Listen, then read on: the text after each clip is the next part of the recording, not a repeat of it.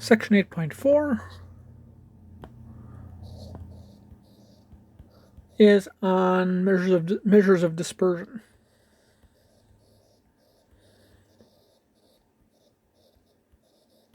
So essentially how tightly focused the data is, how far apart it is. So the easiest is determining the range.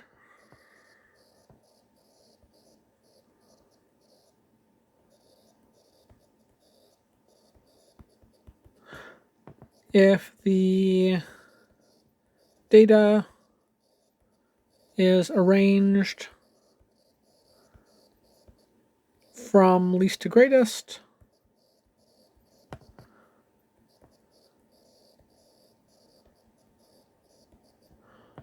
or greatest to least,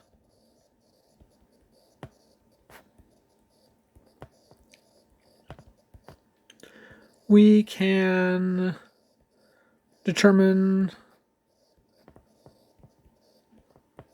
the range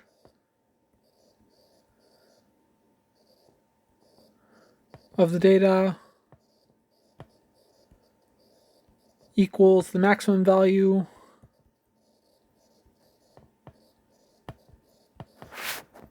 minus the minimum value. So if we had 3, 3, 7, 12, 19, 21, 21, 30, we notice it's a range from least to greatest, and we see the range is equal to 30 minus 3 equals 27. We notice that we don't necessarily need to have the data arranged from least to greatest, but it's helpful to make sure that we haven't missed anything. So if we had something like 1, 3, 1, 2, 4, 7, 1, 6, 3, 1, 2, 4, we notice we could say the range is 7 minus 1, and we know it's going to be 6. But you notice that it's easy to miss something. If we put it in order, 1, 1, 1, 1, 2, 2, 3, 3, 4, 4, no 5s, we've got a 6 and a 7. It's easier to see that we're going to get the biggest value is 7, smallest value is 1. Also, this idea of arranging it is helpful for another method we have. We had mentioned the idea of median. Median equals middle value. So in this case, we see that we have 4, 5, 6, 7, 8, 9, 10, 11, 12 values. So the middle value is going to be the average of the 6th and 7th. So for this case of, we'll call this example B. So for example B,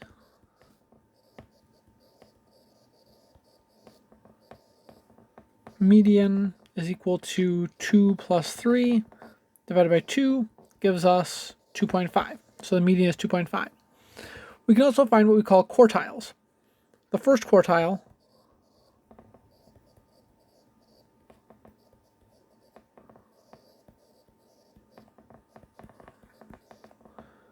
Q1 is the median of the lower half of the data set. And that lower half is just the values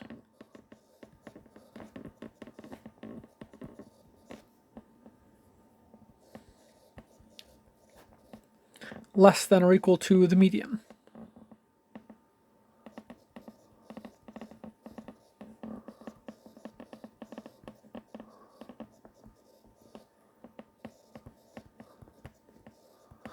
Although we exclude the median itself.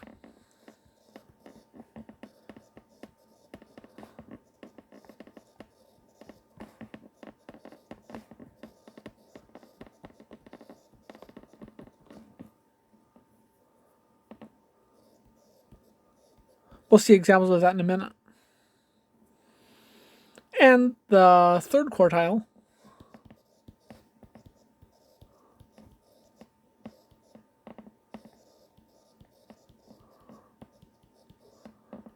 Q3 is the median of the upper half.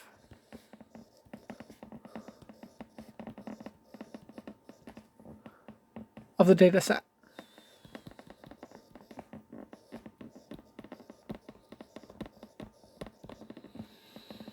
And unsurprisingly, the upper half is the values greater than or equal to.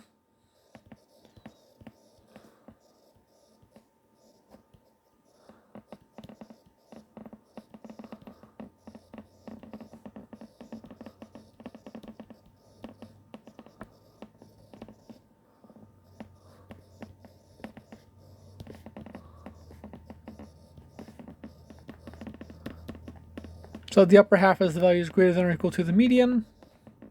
Again, not including the median.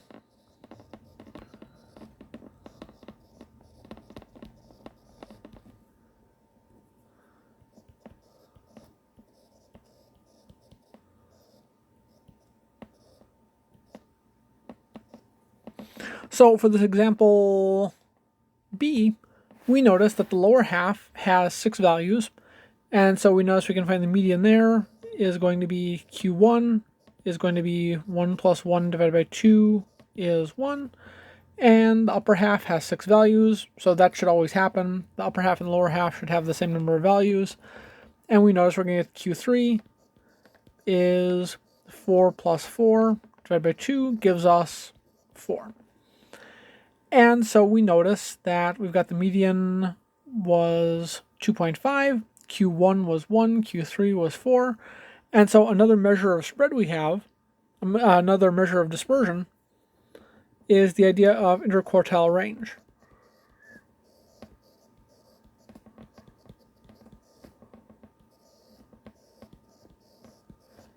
Also known as IQR, and this is easy. Once we've got the quartiles, the interquartile range is just Q3 minus Q1. And so for example B, we know that the IQR, the interquartile range, is going to wind up being 4 minus 1, gives us 3. So just to get some practice with this, we'll look at some easy examples. So let's look at example 1. We can look at 3, 7, 9, 15. We notice that the median is going to be 7 plus 9 divided by 2 is 16 divided by 2 is 8. We notice that that then breaks things up into 3, 7 and 9, 15. So we've got our lower half is 3, 7, upper half is 9, 16.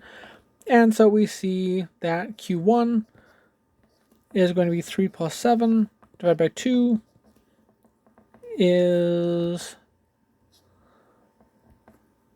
10 divided by 2, which is 5. Q3 is 9 plus 16 divided by 2, which winds up giving us 25 divided by 2. And so Q3 is 12.5. So now we've got Q1 and Q3. We know that the IQR, the interquartile range, is 12.5 minus 5, which is 7.5. Now if we're curious, the range is going to be 16 minus 3 is 13. So now example 2, we're going to add a value. Example 2, we'll say this will now be 3, 7, 9, 15, 18. Now we notice the median is 9, and we're generally going to have fairly small data sets. We can extrapolate this to really big data sets, but for the most part we're going to use fairly small data sets. So median is 9. Our upper half, sorry, we'll start with lower half. Lower half is going to consist of 3 and 7. Upper half is going to be 15 and 18. And we notice we don't include that median value. We exclude that from our counts. Different people have different ways of doing this, so if you search through a whole bunch of textbooks, you might find one that would count 3, 7, 9 as the lower half, 9, 15, 18 as the upper half, but most textbooks usually exclude the median. And so we know Q1, the first quartile, is 3 plus 7 divided by 2, gives us 10 divided by 2 is 5, and Q3 is 15 plus 18 divided by 2 is 33 divided by 2, which gives us 16.5. And so we notice now we're going to have our interquartile range is 16.5 minus 5 equals 11.5. The range is equal to 18 minus 3 is 15. And so you notice that there's no direct connection between the interquartile range and the range. Sometimes they'll be very similar, sometimes they'll be very different. It just depends on where the numbers land. Example 3. We add one more value, so let's do 2379. 2379, 1518. So now we have 6 values. Oops. So now we notice that our median is going to be 7 plus 9 divided by 2 is 16 divided by 2 gives us 8. So now our lower half is 2, 3, 7. Upper half is 9, 15, 18.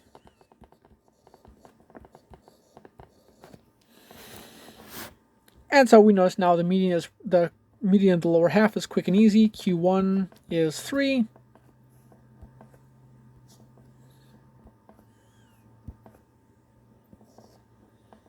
Q3 is 15. And we're going to get our interquartile range is 15 minus 3 gives us 12.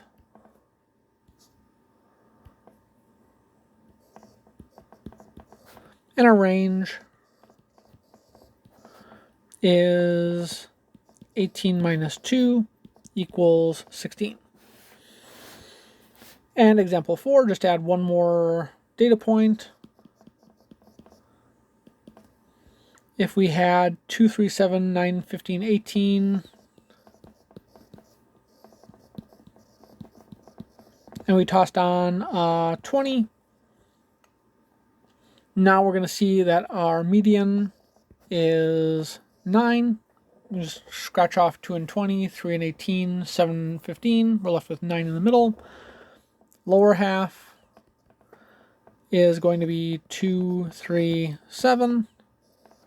Upper half is 15, 18, 20.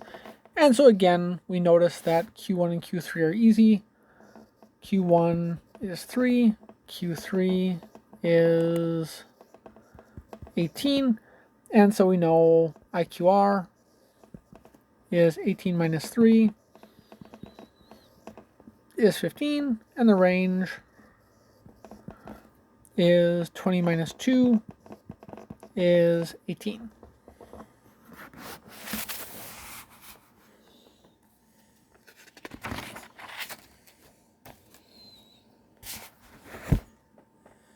So then just to see it, I don't think you'll have any exam questions like this, but you notice that we'll sometimes see the idea of a frequency table.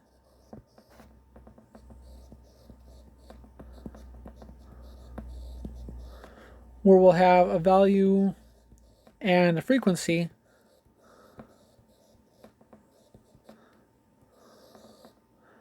So let's do a small one. We'll just do 1, 2, 3, 4, and we'll have the frequency of the 1s might be 35, the frequency of the 2s could be 68, the frequency of the 3s could be 57, the frequency of the 4s could be 20, let's make it 26. So we notice how many values do we have. We know that the number of values is 35 plus 68 plus 57 plus 26 adds up to 103, 160, 186 values. And so you might recall we mentioned that we can find the two middle values. That's an even number of values, so we know 186 divided by 2 is 93, and then the other middle value is 94, so we're looking at the 93rd value and the 94th value. And so we notice those are going to both be, we've got 35 1s and we've got 68 2s, gets us up to 103, and so we notice the 93rd and 94th values are both 2s. And so we end up noticing that the median is going to be 2 plus 2 divided by 2. Surprisingly equals 2. And then we notice that we'd have 93 values in the lower half, 93 values in the upper half. And so we notice that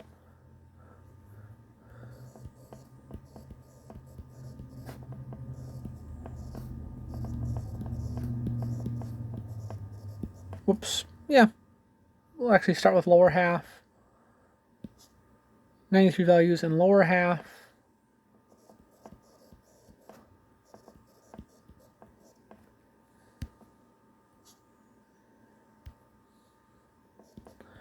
'93 values in upper half.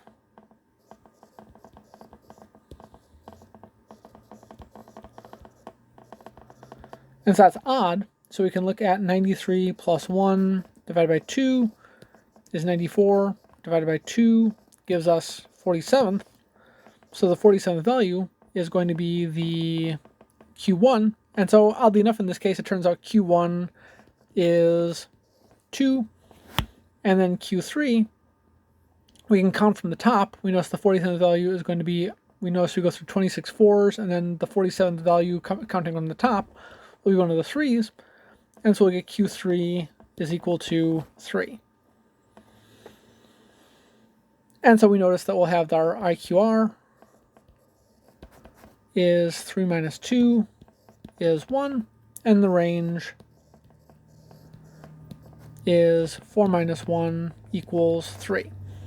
And we notice this is somewhat more convenient than trying to write out 1, 1, 1, 1, 1, 1 35 times, 68 2s, 57 3s, 26 4s. But it still gets a little messy. So like I said, you might see something on a small scale like this in your homework. You won't see this on your exam.